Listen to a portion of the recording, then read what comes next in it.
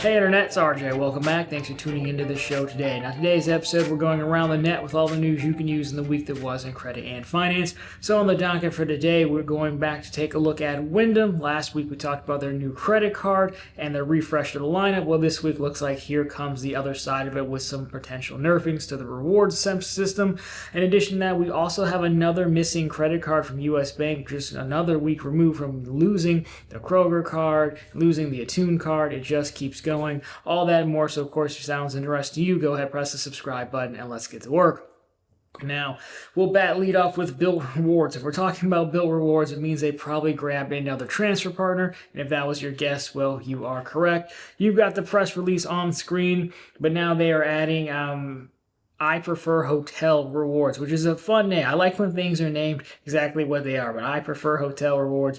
We're literally on the nose. So they're adding these guys as a 1-to-2 transfer partner. So 1 BILT point gets you 2 I Prefer Hotel points. Now, again, I don't know much about these guys, but however, they are with Citi, and Citi actually reduced the transfer rate earlier this year. We probably covered it. It used to be 1-to-4, and then they dropped it to 1-to-2. And Capital One also added them as a 1-to-2 ratio. So, you know, if you're missing out on Citi, you've got another backup. And it looks like they're probably live right now. So again, I don't know much about them, but if you use them, if you've used them in the past, let us know down below. Say what you will about BILT rewards, but they clearly have the most well-rounded group of transfer partners earning the currency of transfer. Another story, but good for them. So last week, one of the highlights was Wyndham.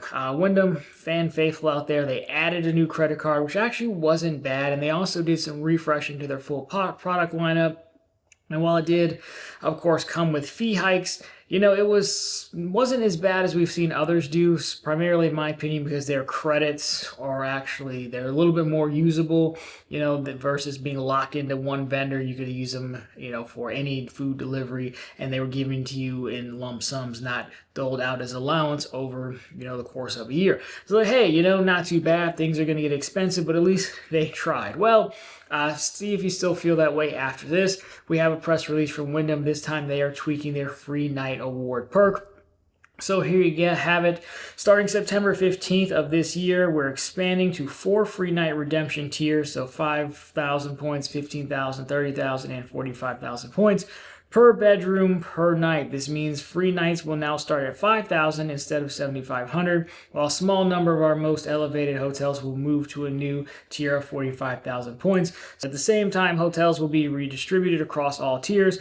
While many will stay at their current tier, others will move, some lower, some higher, of course, within that range. So what you might want to know, they're still not doing dynamic pricing, which is nice. Now, bookings made with points prior to September 15th will be honored at the current rate. Should your plans change, you can cancel an accommodation with the hotel's cancellation in accordance.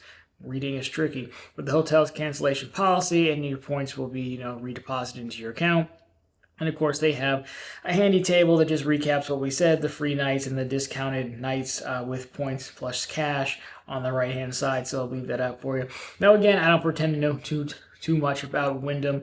I don't know if I've actually ever stayed at a Wyndham property, but they do have a loyal following. So I guess points for not using dynamic pricing doesn't seem too bad. Again, like I said, it's just going to depend on what you normally book. Some move up, some move down, as they say. Others in the past have actually given us a list. I didn't see a list of the properties that were moving. There might be one out there, but again, right on. It's just the timing. We give you some new stuff last week, and then, by the way, here's the other part of it. So there you go. But that's kind of how these programs go across the board these days, it seems, at least once per year. Now, something else that's gone is Chase Sapphire Banking. Now, Sapphire Banking, if you haven't heard of it, forgot it exists, well, there's no surprise, because it really wasn't that great. But Sapphire Banking was kind of Chase's tier in between like regular people banking, but I'm not up to like private client yet. So it was like regular Sapphire, private client, private bank. I don't remember the dollar amounts. I think the dollar amounts are somewhat flexible depending on what kind of assets and what type of business you're doing with them. So Sapphire Banking, it came with a few things. They think they waived a lot of fees for you, but again, if you go to their product page, it is no longer there. This isn't really a ton of news. They did have a special debit card for it. I always was waiting for them to see if they threw out a special intro offer for Sapphire Banking, which I never really saw come out. So again, I just don't think they really did much with it, which they could have probably done more. You'd think of more of a tie-in with the actual Sapphire cards and the branding and all that. I'm going to guess they might actually try to relaunch this in another way. Remember, there was still that rumor that we were supposed to get like the Chase Emerald card or something like that. It would just kind of make sense to have I don't want to say mid-tier banking, but I guess mid-tier banking class, especially when we've seen others do rewards banking, Bank of America and PNC just started. It would make sense. But also, folks seem to just gravitate towards Chase, which again, of course, sure, I was a Chase homer back in the day, but even still, like younger folks, they still seem to like Chase. The amount of Reddit posts I see of someone asking, well, hey, Chase kicked me out years ago. Do you think I can get back in? As if like no other bank still exists. All that to say, people are going to give you their money. You might as well give them a reason to. So I could see this coming back in a certain form, but hopefully it has some more perks or more memorable perks than what they're offering. So moving right along, but staying with the House of Diamond, we've talked about the Sapphire Preferred's refresh, and overall it was a pretty solid refresh considering the annual fee did not increase. The Sapphire Preferred also has the 100,000 point offer going on right now, which is the highest I think I've seen. I know I did 80 maybe 2 years ago when you had to go in branch to do it. We'll cover that on Run on the Bank this coming week if you are interested. However, if you do get the card, just keep in mind that hotel credit they are now cracking down on. So the refresh, the hotel credit was $50 originally. That's $50 if you book a hotel through Chase Travel using your Sapphire Preferred. They then upped it to $100, which in case you're keeping track at home, $95 annual fee, $100 credit, you could come out ahead $5. It is somewhat funny how we rave about the Venture X getting ahead, you coming out ahead $5, but we don't really about the Sapphire Preferred. But either way, I mean, it's kind of its fault for being for so long. So anyhow, the point being is now there are reports that if you were going to book a hotel stay, get the credit to trigger because it shows up on your account as like, they'll just give you $100 back towards your card, and then you go back in and cancel the hotel reservation. So, Chase thinks you've used the credit, but now you have a plus $100 on your credit card. Well, they are now starting to claw those back.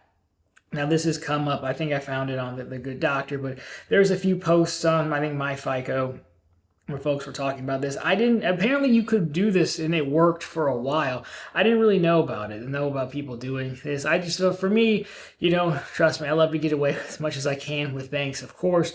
But when the credit's easy enough to use at face value, sometimes I just don't necessarily see the need to tempt fate on the already easy things. If you want to tell me we're talking about some of the crazy Amex credits or things of that nature, then sure. But when you can get face value, it's easy enough. I understand most of us don't really want to book through the travel portal, but it seems like it just seems like pushing it for no reason, but apparently it works. So with this refresh, now they are looking to crack down on that. And I assume, on typical fashion, if they claw it back, it's not going to go back into your account to use again later. I think that in their mind, you've used it, you forfeited it. Now, again, you'd always like to see a way around this if you have a legitimate cancellation or something like that. I don't know how they're handling that. You would like to see something. But again, I don't think they're too concerned about that at the moment. So just be aware of that. Now, closing out with U.S. Bank. They give and they take. So first of all, we'll talk about U.S. Bank business credit cards. They do have some surprising good offers over there from time to time, but they're business cards, so it takes quite a bit of spend to hit those intro offers. Well, now, in case you run out of fingers and toes to count your spend on, they are now finally getting with the program and adding a spend tracker. You can see a picture of it on screen up there. I think I found this, someone on Reddit posted it, I want to say. But there you go. You can see you've got a spend tracker. Classic tells you what you've got left to spend and your bonus there and the amount of times. Exactly what you want to see in a spend tracker. Not too much to say about it. I think all offers should have this. Funny enough, as I'm going through the Sapphire Reserve business one, there used to be a spend tracker in the app, and now I stumbled upon a spend tracker on desktop, but not on the app. So I feel like we could just put it in both places. Would be great. I don't see why it couldn't, especially when it used to be in both places, at least for the ink cards back in the day.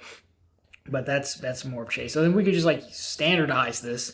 That would be great. But spend trackers, huge help.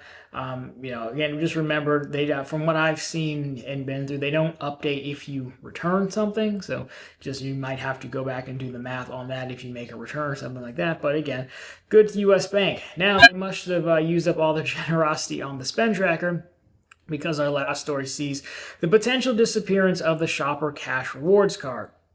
Now, this card is not open for application as far as the landing page. I've not seen official word that the card has actually been retired, but this is generally not a good sign when you can't go to the landing page and they don't really make an announcement. So if you don't recall, this was their card that's like a 6% card, but it's got a $95 annual fee. So what it does, it's like the Cash Plus card, but the 6%, you get to choose a category from stores, 2 retailers.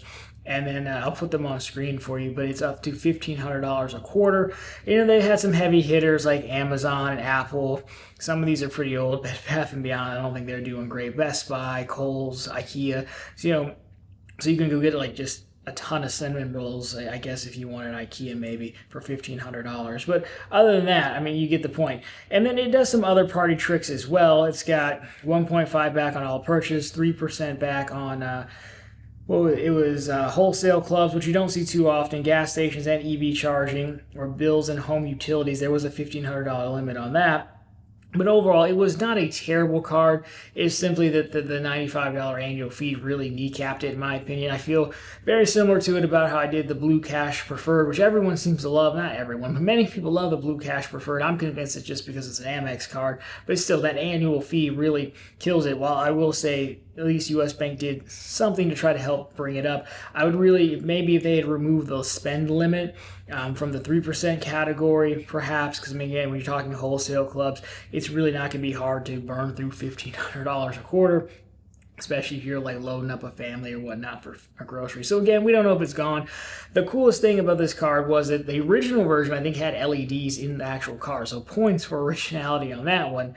And they did waive the annual fee in the first year. So my guess is more so that either this was like a loss leader. I think this was more so.